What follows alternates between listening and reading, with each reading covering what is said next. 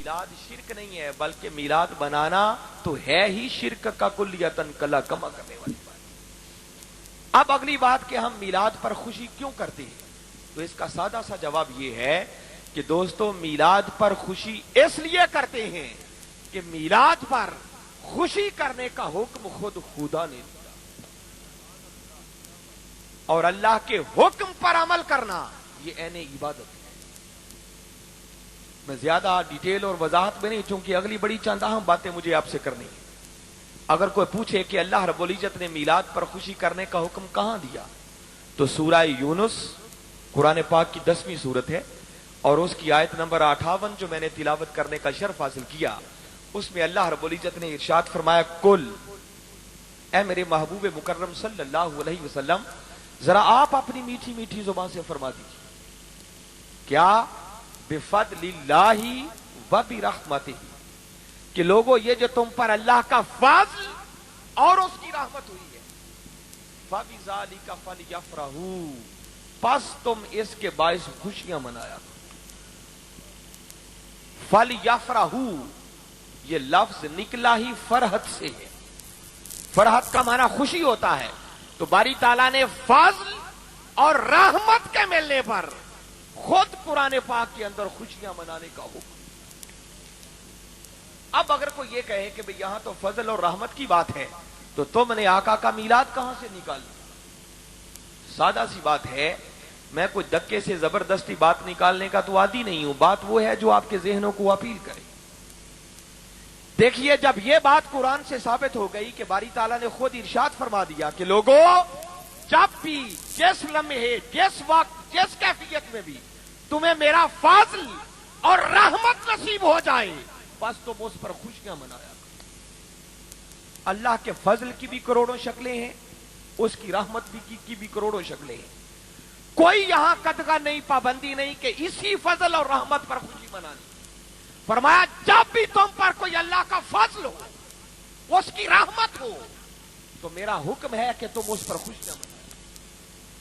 تو بھائی جب ہر فضل اور رحمت کے ملنے پر خوشی کرنے کا حکم خدا نے دے دیا، تو اس بات سے دنیا کا کوئی شخص انکار نہیں کر سکتا کہ فضل کی کروڑوں شکلیں ہوگی، مگر کائنات میں اللہ کا سب سے بڑا فضل وہ خود ذات محمد مصطفیٰ ہے۔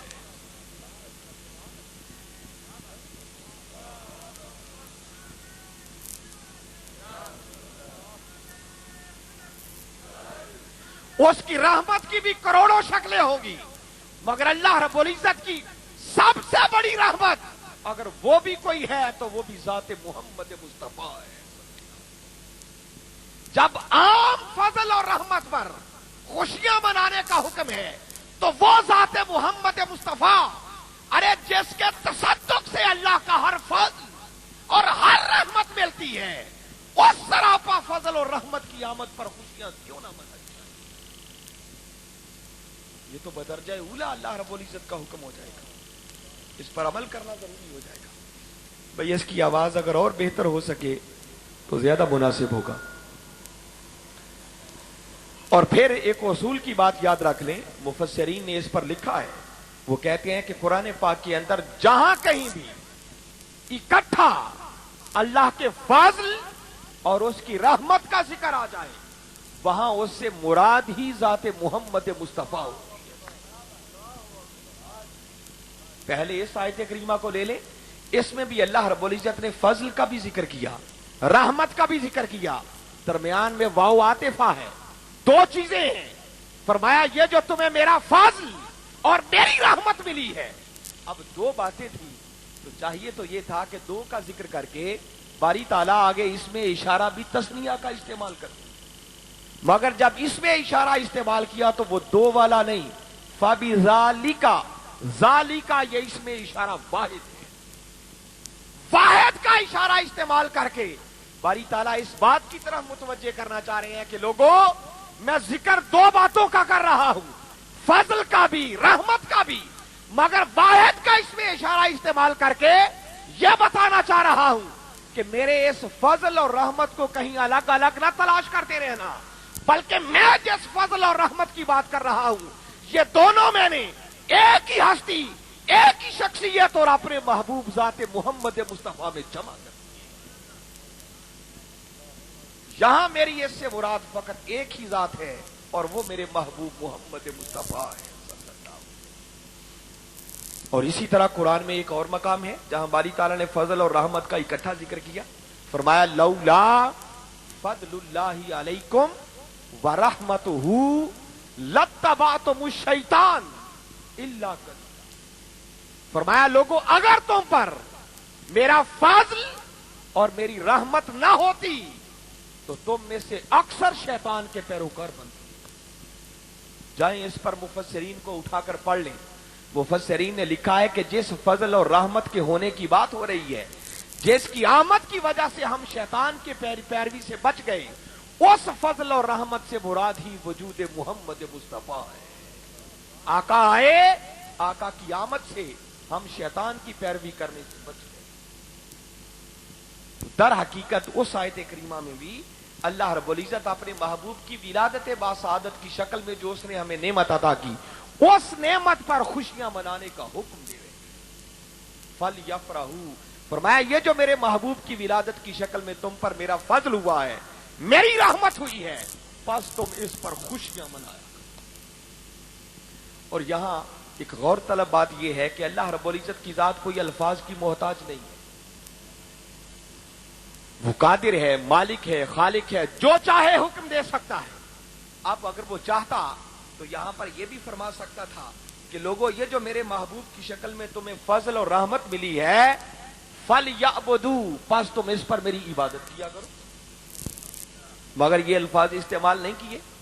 باری تعالیٰ فرما سکتے تھے فَلْيَسْجُدُوا, پس اس فضل اور رحمت کے ملنے پر تم میری بارگاہ میں شکرانے کے سجدے بجا لایا کرو.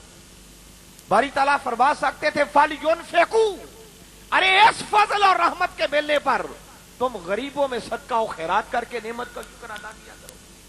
مگر باری تعالیٰ نے کوئی ایسے کلمات استعمال نہیں کیے, بلکہ فرمایا فَلْيَفْرَحُوا, یفرحوا فرحت سے نکلا ہے, اس کا معنی خوشی ہے.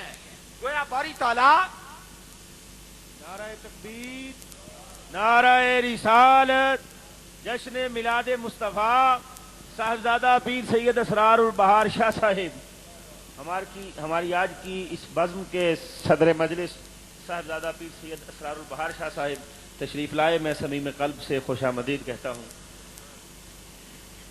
میں خود بھی منہاج القرآن کی پوری انتظامیہ کی طرف سے اور مرکز منہاج القرآن کی طرف سے بھی صاحبزادہ سید ابرار الحسین شاہ صاحب کو آمد پر دل کی اتھا گہرائیوں سے خوش آمدید. اسرار البہار شاہ صاحب, ان کو ویلکم کرتا ہوں, خوش آمدید کہتا ہوں.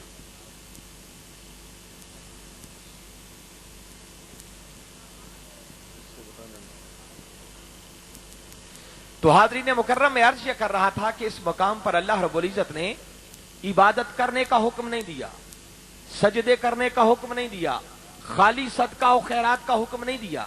اس کا معنی یہ نہیں کہ وہ سارے کام کرنا ناجائز نہیں, وہ جائز نہیں. باری تعالیٰ کا منشا یہ ہے, وہ فرمانا یہ چاہ رہے ہیں, ہمیں سمجھانا یہ چاہ رہے ہیں کہ لوگوں میرے محبوب کی ولادت کا دن آئے, مہینہ آئے, تم عبادت کر کے بھی اس نعمت کا شکر ادا کیا کرو, سجدے بجا لا کے بھی اس نعمت کا شکرانہ ادا کیا کرو, صدقہ و خیرات کر کے بھی اس نعمت کا شکرانہ ادا کیا کرو. فرمایا یہ سب کچھ بچا, مگر میرا دل ٹھنڈا تب ہوگا کہ میرے محبوب کی ولادت کا دن آئے, تمہارا دل خوشی سے پھولا نہیں سمانا چاہتا, ہر طرف خوشی کا اور جشن کا سما ہوا. یہ فَلْيَفْرَحُوا کی حکمت ہے. اور پھر آگے جو کلمات فرمایا کہیں یہ نہ سمجھ لینا کہ میرے محبوب کے میلاد پر خوشی کرنا شاید کوئی معمولی سا عمل ہوگا, نہیں. فرمایا خبردار اسے کم نہ سمجھنا, تنہا مطلق میرے محبوب کے میلاد پر خوشی کرنا, فرمایا یہ وہ عمل ہے هو خیر مما یجمعون, کہ یہ ہر اس شے سے بہتر ہے جو تم اپنے لیے جمع کرتے.